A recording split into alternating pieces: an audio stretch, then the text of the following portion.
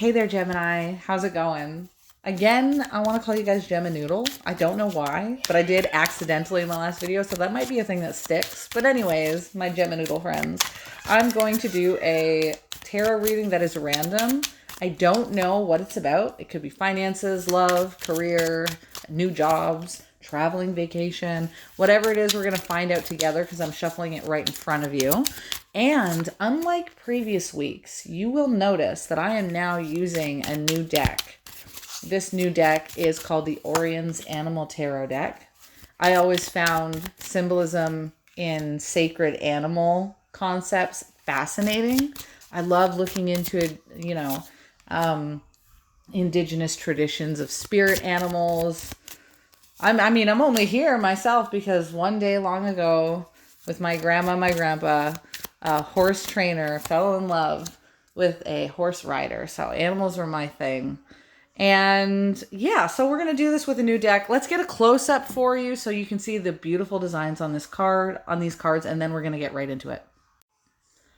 There you go. Zooming in nice and quick here. Okay, so I shuffled these out. What do we have? Okay. Queen of Cups is here. And underneath it is the Ten of Swords.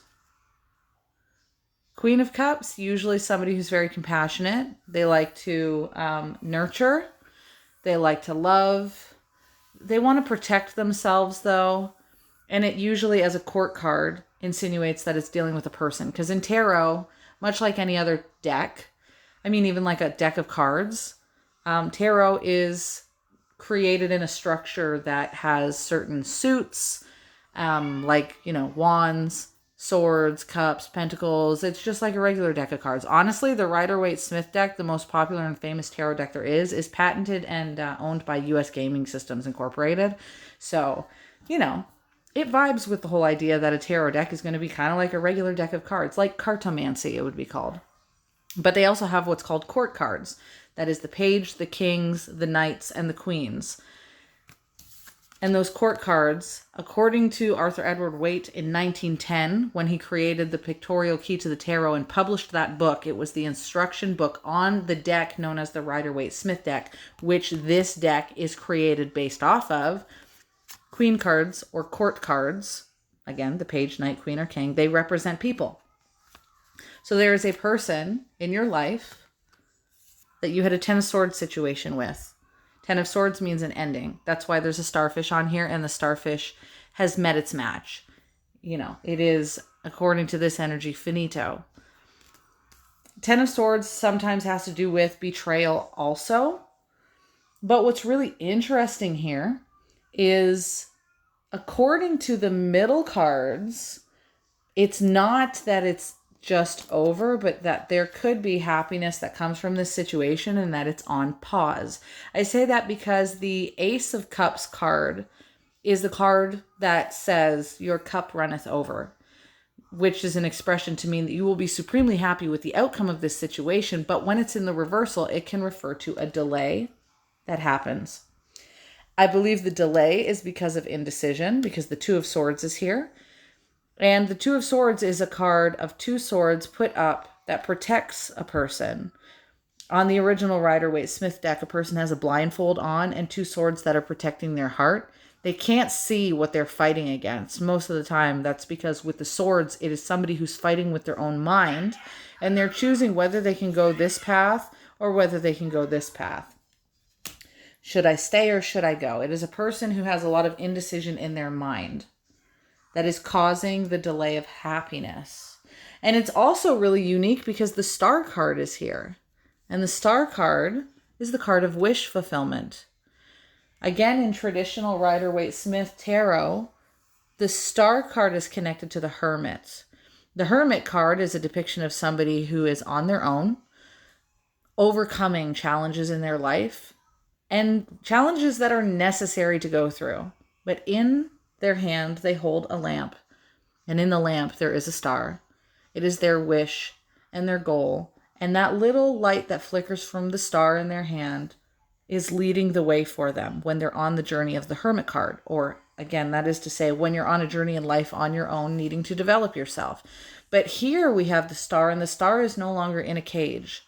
or in the lantern. It's actually out in the open, but it was in the reversal position, which kind of matches with this indecision energy, where it feels like a person, when they see the hope card, or the star card rather, in the reversal, it's almost like a person does not have enough hope, even though there is something to be hopeful for. I also want to mention that here is the Nine of Wands, and in the reversal, this particular card has to do with protecting one's self. The Nine of Wands is usually a card of somebody who has built up a wall around themselves, made of spiky sticks, the way that you have spiky sticks around a fortress in medieval times in the Crusades. I don't know why the word palisade wants to come to mind. I can't remember if it's called a palisade when you have those big giant sticks in medieval ages fortresses. Well, when you have I believe it's palisades. When you have the palisades up around you, it's a position of being defensive.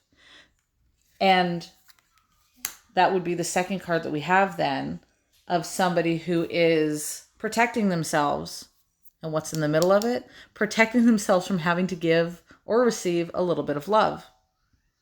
It just reminded me of this song. I can't believe the song just came into my head. I don't think I should sing it right now, but it was, what song is that? It was a time I was blind, I was so confused. Had to get it together. Had to figure it out. What is that song? Oh, I can't remember what it is. But it gives that energy. I always break in a song randomly when I do this shit. I'm sorry. I'm a little extra today.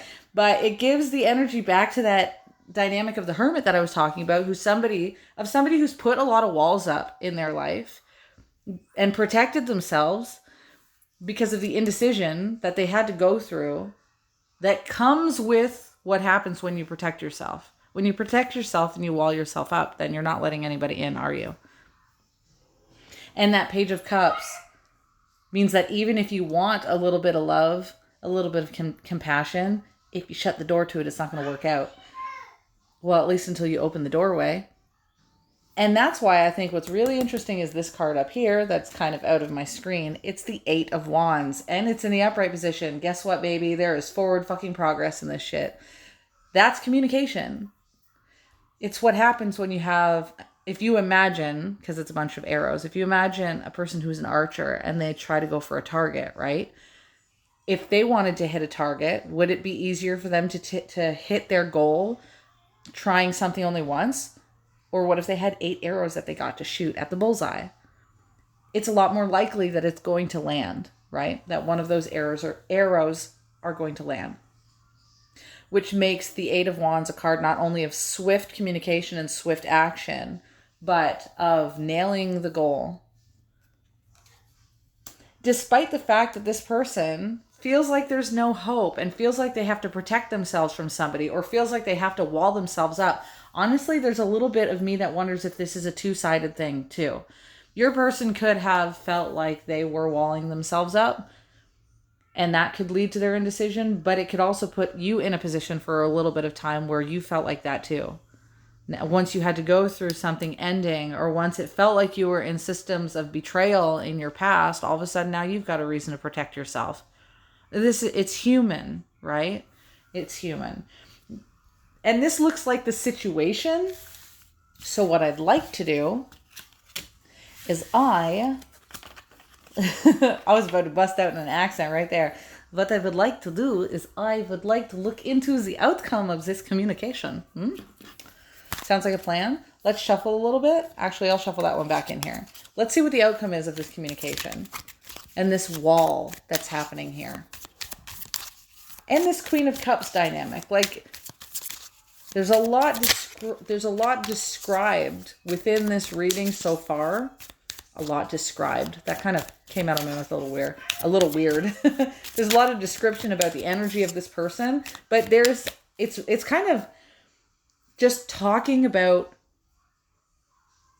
one energy. Even if it may be two people who are going through the same energy, it's just one dynamic. And I find that a little odd in this reading. Usually when I do a reading, I can pick up on what's happening with more than one person. Especially fun when I'm doing court-based or divorce readings for people. You know, getting to look into the judge's side, into the opposition side, into the, you get it, into the plaintiff's side and all that jazz. But for some reason, there's just one that's coming up here. One sense of energy. But I think that's because it might be both of your energies. You might be mirroring someone. What is this communication going to be about? 5 of Wands is in the reversal. Ace of Pentacles is here in the reversal. And the Hanged Man is in the reversal. Oh, this is fascinating, eh? Oh, and at the bottom, the 10 of Swords. They're going to talk about, this is wild. I'm just throwing this out there, okay? Somebody has to talk about why they ended things and left off. It is because they had an uncomfortable feeling with conflict or with combativeness or with competition. And Ace of Pentacles in the reversal is when somebody is dealing with the dark side of money. It is when they are looking at material world through the realms of ego. Their view of the way it comes to finances, their house, their money was toppling their situation, but also with the Hanged Man position showing up in the reversal, it also means that there is some kind of a new perspective that they have gathered in this situation. So it's a bit multifaceted. When I say that, let me repeat it again. When I say combativeness and competition with the 5 of Wands, this person could have been feeling conflicted within themselves, like their own brain was combative against the entire situation, or they might have felt like there was somebody they had to compete against. They may have thought that there was competition. You were dealing with somebody else. Maybe there was this sense of competition or something that, even if it's not a person, it's like even a dynamic they had to fight through that made them uncomfortable. And that's where the Ace of Pentacles comes in here, the dark side of money. It doesn't just have to be the dark side of money in terms of like actual dollars you're holding in your hand. But it's like, if this person wants to talk about the dark side of money, it could be the dark side of lifestyle. Again, home, career, jobs, finances, bills, education, all of those are lumped into a person's lifestyle. But because the Ace of Pentacles is in the reversal, and the Ace of Pentacles is the goals that somebody is trying to accomplish, if they are trying to accomplish those goals with a mixed view, it then becomes the dark side of the world of lifestyle, finances, money, goals. And that person may have tried to push that as their main and dominant goal, especially if their views of the lifestyle they wanted felt more reasonable to them than pushing through the other things that made them uncomfortable. And then the Hanged Man position again is the new perspective. Now, how does that make you feel though? And I'm kind of like, I'm saying, how does that make you feel? Because I know a lot of people are conditional when they love or when they want to love, in the sense that if you heard somebody putting other things before you, you might be like, you know, screw this person. I'm not going to let them put anything else before me. Or they might be thinking the same thing. And then you're just like, I'm not even going to deal with this person, right? But in the alternative, I'm sure there are some of you out there who can appreciate a more unconditional sense, to the degree that if a person, since there's a bunch of communication here, if a person wants to speak to you, might you have a wantingness to continue to do things with this person? That's why I'm kind of asking. I wonder how you feel about that, how they had to put something else forward.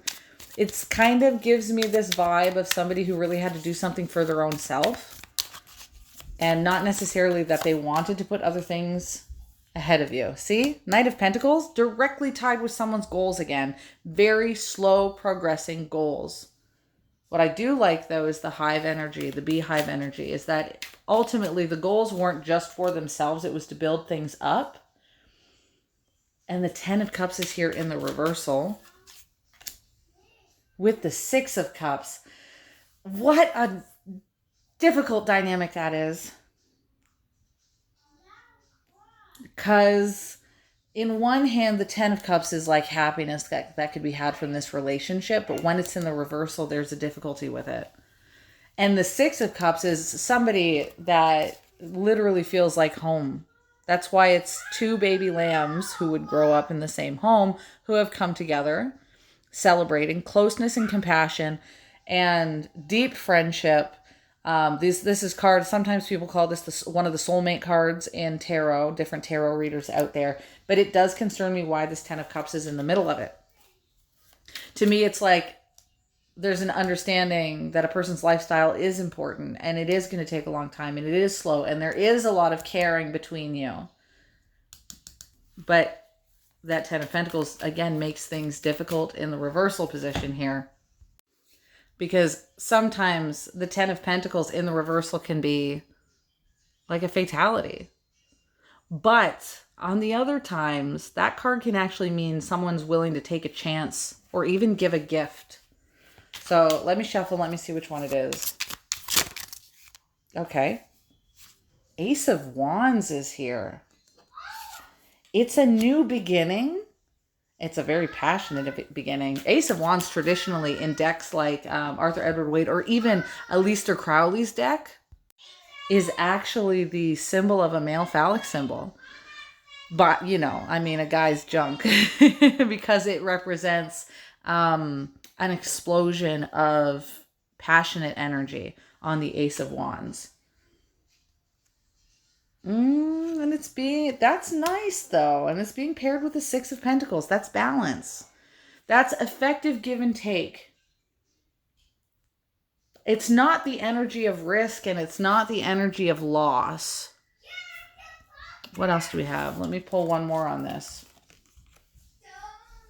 Seven of Pentacles. That's the money tree energy. It's growing things slowly.